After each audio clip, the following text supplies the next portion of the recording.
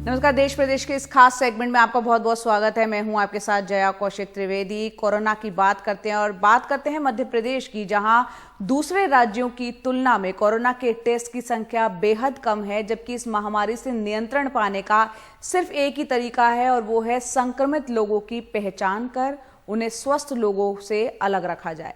एक और दिक्कत ये भी है कि स्वास्थ्यकर्मी यहाँ पर खुद ही संक्रमित भी हो रहे हैं। अस्पतालों में बिस्तर कम है।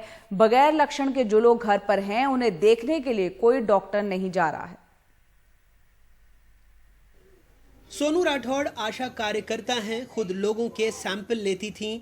पिछले हफ्ते मध्य प्रदेश के 6,500 संक्रमितों की लिस्ट में इनका भी नाम था। जिस दिन रिपोर्ट आई, स्वास्थ्य विभाग की टीम घर आई, सैनिटाइज किया, लेकिन घर पर ऑक्सीमीटर और कुछ दवाएं देकर चली गई। 4 दिनों से न कोई डॉक्टर आया न दवा मिली। अभी आपको क्या देखे गए? ये दवाई की कुछ भी दवाई नहीं देखे गए, खाली ये मेडिसिन ये देखे गए। क्या बोल रहे थे? आएंगे फिर जांच करने भी नहीं आए? हाँ, जांच करने भी नहीं आए। कल बोला था, बोले मैंने उनको, तो बोले तुम तो बाहर ही मत आओ, मेरे को तो बाहर ही नहीं आने लगा उन्होंने। और जांच करने का क्या बोले? जांच करने का मना कर दिया, बोले अब तुमको 10 दिन रहना ही पड़ेगा ऐसा। आपको कुछ चेक वेक करा को दूर से, कुछ कोई भी दूर मशीन से कुछ से? भी नहीं करा अभी तक। वो ये सब क्या गोली, कौन सी गोली देने का बोल रहे कैल्शियम की गोली का बोला उन्होंने। इसके अलावा कुछ कुछ नहीं? भी नहीं। राज्य के लिए एक और फिक्र की बात है नमूनों की कम जांच। कोरोना संक्रमित 15 बड़े राज्यों में जांच के मामले में मध्य प्रदेश आखिरी पायदान पर है। दिल्ली में जहां प्रति 10,65,176 सैंपल लिए जा रहे हैं, वहीं मध्य प्रदेश में 11,921। 15 अगस्त तक मध्य प्रदेश में सिर्फ 10 लाख टेस्ट हुए हैं। बीच में 2 त्योहार ऐसे आ गए थे, 2-3, जिसके वो लगातार थे।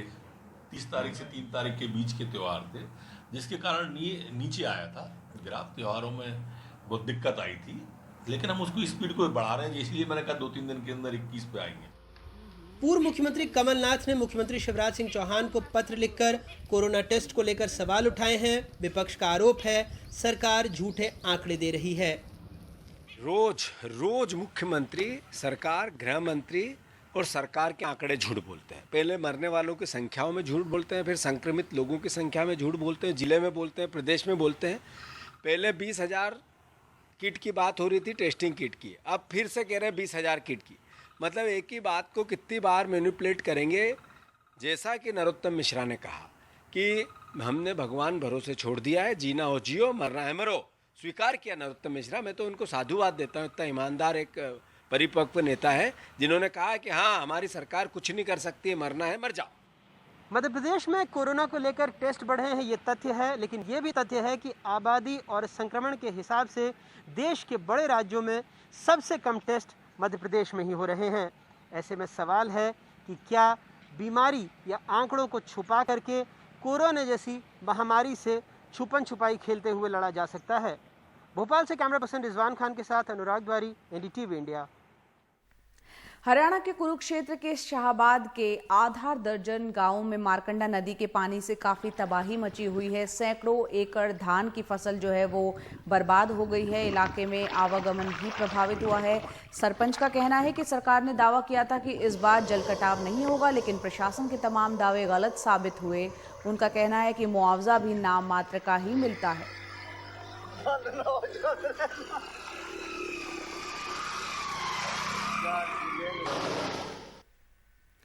और अब उत्तराखंड की तस्वीर इस वक्त हम आपको दिखा रहे हैं। जोशीमठ में बारिश के कारण नदी पर बना जो पैदल पुल था वो नदी के उफान में बह गया, जिसके चलते यहाँ पर आवागमन के सभी साधन बंद हो चुके हैं। लोग यहाँ जान जोखिम में डालकर बल्लियों के सहारे एक अस्थायी पुल बनाकर एक छोर से दूसरे छोर जा रहे हैं। और यहाँ पर हाल ये है कि जोशीमठ के ये तस्वीरें आप देख रहे हैं ओरसी गांव की है, जहां लोगों को इस तरह से जान जोखिम में अपनी डालनी पड़ रही है।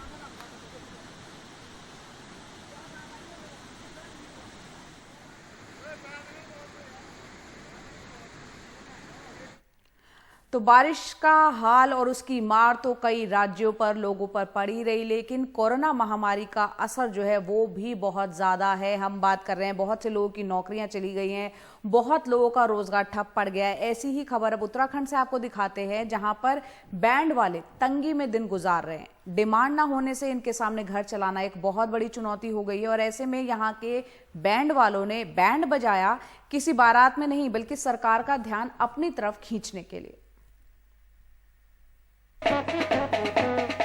उत्तराखंड के हल्द्वानी शहर में कई महीनों के बाद बैंड बाजे की आवाज सुनाई दी, लेकिन ये बैंड किसी बारात में नहीं बज रहा, बल्कि सरकार तक अपनी आवाज पहुंचाने के लिए बजाया जा रहा है। सरकार से ये चाहते हैं या तो हमें सहायता करे, किसी भी रूप में सहायता करे, और सहायता नहीं दे सकती है सरकार तो हमारा काम जल्द से जल्द चालू करा जाए, जिससे कि हमारी भूखमरी दूर हो सके। इस 5 महीने के लॉकडाउन में आप लोग के पास रोजगार नहीं रहा, कैसे जीवन यापन हुआ आपका? कला सीखी थी गुरु से, उस कला को बेच के 300-200 रुपए की मजदूरी कर रहे हैं कलाकार, वो गुरु की शिक्षा भी बेकार हो चुकी है।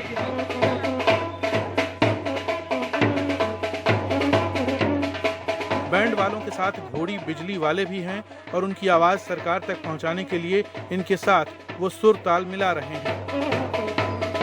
सत्ता वाले तो साथ आए नहीं, विपक्ष वाले भी इनके दर्द में शामिल हो गए। इतना बड़ा इकोनॉमिक राहत पैकेज डिक्लेयर हुआ, उसमें इनका हिस्सा कहाँ पे है? राज्य सरकार क्यों सोई है? त्रिवेंद्र सिंह रावत जी क्यों सोई है? ऐसा क्यों दिन आया है कि यहाँ पे इन बैंड वालों को बेचारों को आके बुद्ध पार्क में बैंड बजाना पड़ा? ये पहली बार इतिहास में हुआ होगा कि बुद्ध पार्क में बैंड वाले आके बैंड बजा रहे हैं सरकार का। गरीबों का शोषण बंद करो, बंद करो। उत्तराखंड ही नहीं, पूरे देश में कोरोना संकट के चलते बैंड वालों की हालत खराब है। ऐसे में यदि सरकार इनका भी कुछ भला कर दे तो इन्हें थोड़ी राहत जरूर मिल सकती है। हल्द्वानी उत्तराखंड से दिनेश मानसेरा की रिपोर्ट, NDTV इंडिया। और अब बात करते हैं बच्चों की, खासतौर से छात्र जो कि पढ़ाई लिखाई कर रहे हैं। कोरोना महामारी के बीच पढ़ाई का नुकसान ना हो इसलिए ऑनलाइन क्लासेस शुरू हो गई है, लेकिन जिन बच्चों के पास मोबाइल नहीं है वो क्या करें? उन्हें पढ़ाई के लिए खासी परेशानी इस वक्त झेलनी पड़ रही है। पंचकुला के मोरनी हिल्स इलाके में कुछ बच्चे पढ़ाई पूरी करने के लिए 2 किलोमीटर तक चलकर उन दोस्तों के पास जाते हैं जिनके पास मोबाइल है, ताकि पढ़ाई की जा सके।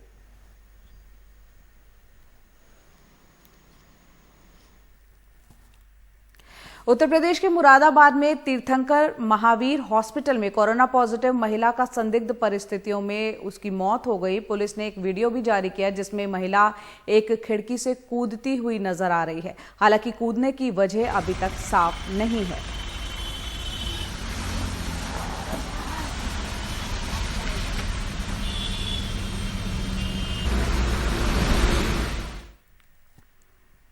और अब बात करते हैं इको फ्रेंडली गणपति की जो प्रतिमा है उसको लेकर काफी मांग बढ़ गई है। इंदौर में एक कलाकार ने चॉकलेट से गणेश प्रतिमा बनाई। इस बार कई जगह पूजा का जो थीम है वो कोरोना को ध्यान में रखते हुए रखा जा रहा है। डॉक्टर का पुतला, मास्क, सैनिटाइजर भी गणेश जी के साथ देखे जा सकते हैं। अभी हाल ही में जन्माष्टमी जिस तरह से निकली है उसमें भी हमने उसका असर देखा था, और अब गणपति के लिए जो ये तैयार की गई हैं मूर्तियां, उस पर भी असर कोरोना का दिख रहा है।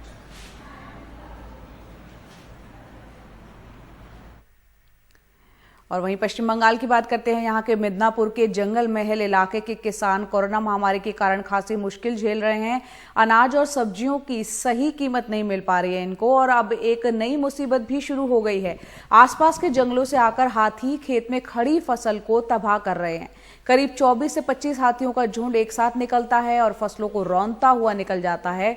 वन विभाग किसी तरह का मुआवजा भी नहीं देता।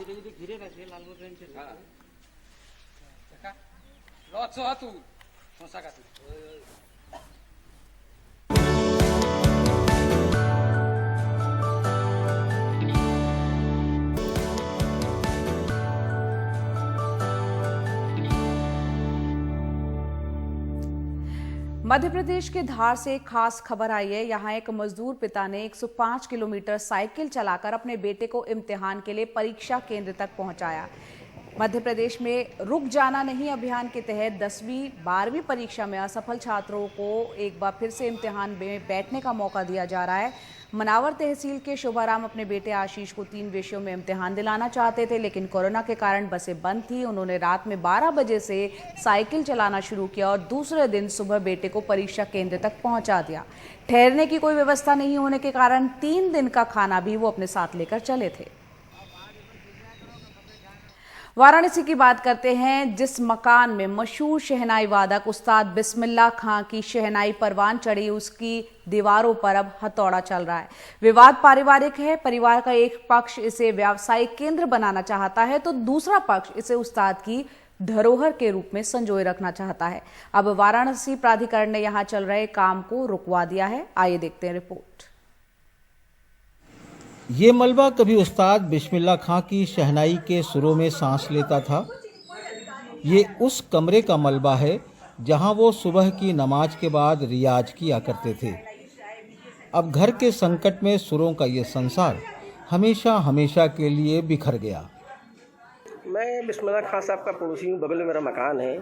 और भाई साहब बड़ी दुखी मन हो रहा है इसी हालात देख कर कि एक समय था जब बिस्मिल्लाह खां साहब जिंदा थे तो पूरी दुनिया के लोग आते थे, एक अधिकारी आते थे, नेता आते थे, जमावड़ा लगा रहता था। लेकिन खां साहब को इतना बनारस से प्यार था, अपने देश से प्यार था, मोहल्ले से प्यार था, वो कहीं गए नहीं। और आज उनके इंतकाल के बाद ये दुर्दशा हो रही है, इतनी शीशा लेदर हो रही है। उनके मकान की स्थिति देख लीजिए, जगह जगह गिर रहा है मकान। लेकिन शायद ये परिवार वाले कुछ आपसी विवाद की वजह से थोड़ा सा तनाव बना हुआ है। हालांकि परिवार के कुछ लोगों की दलील है कि ये टूट फूट जरूरी थी। से मकान किसी को दिया नहीं गया है। आप मकान की स्थिति देख रहे हैं, आप नीचे से ऊपर आए हैं देखते हुए, नीचे से कंडीशन आप देख लीजिए। अगर मैं नीचे सपोर्ट या कुछ नहीं करूँगा ये मकान मेरा बैठ जाएगा नीचे तक पूरा। और मैं लोड कम करने के लिए ऊपर दीवार गिरे, मैं उसको गिराया नीचे दीवार। उस्ताद के 5 बेटे थे जिनमें 3 की मौत हो चुकी है। बाकी पूरा परिवार इसी घर में रहता है। परिवार की माली हालत अच्छी नहीं है तो कुछ को लगता है यहाँ दुकानें बनवा दी जाएं ताकि रोजी रोटी चल सके। हालांकि संगीत से जुड़े लोग इस तोड़फोड़ से दुखी हैं। बाबा भारत रत्न बिस्मिल्लाह खां साहब, जिनका घर हम सभी कलाकारों के लिए एक मंदिर है, वहाँ पर उन्होंने साधना किया था और आखिरी सांस तक उसी कमरे में रहे, कहीं नहीं गए बनारस छोड़कर। अपने इस कमरे को छोड़कर हमारे बनारस के डीएम और कमिश्नर जी से मेरा गुजारिश है कि वो कमरा, वो याद पूरे भारतवासी का है, वो बचा लिया जाए। इस बीच ये मसला उछला तो वाराणसी विकास प्राधिकरण ने काम रुकवा दिया। हालांकि हृदय योजना के अंतर्गत उस्ताद के मकान को संरक्षित किया जाना है, लेकिन उसका कुछ नहीं हुआ। अब संगीत जगत के लोग चाहते हैं कि इस घर को धरोहर घोषित किया जाए। घर की डेहरी पर बजने वाले जिस वाद्य यंत्र शहनाई को उस्ताद बिस्मिल्लाह खां ने अपनी फूंक से घर के आंगन में जगह दिलाई, आज उन्हीं के घर के आंगन में उनके मकान को लेकर विवाद हो रहा है। ऐसे में सरकार को चाहिए कि वो आगे आए और उनके मकान और परिवार की हिफाजत के लिए कोई रास्ता निकाले। वाराणसी से अनुज के साथ अजय सिंह, NDTV इंडिया।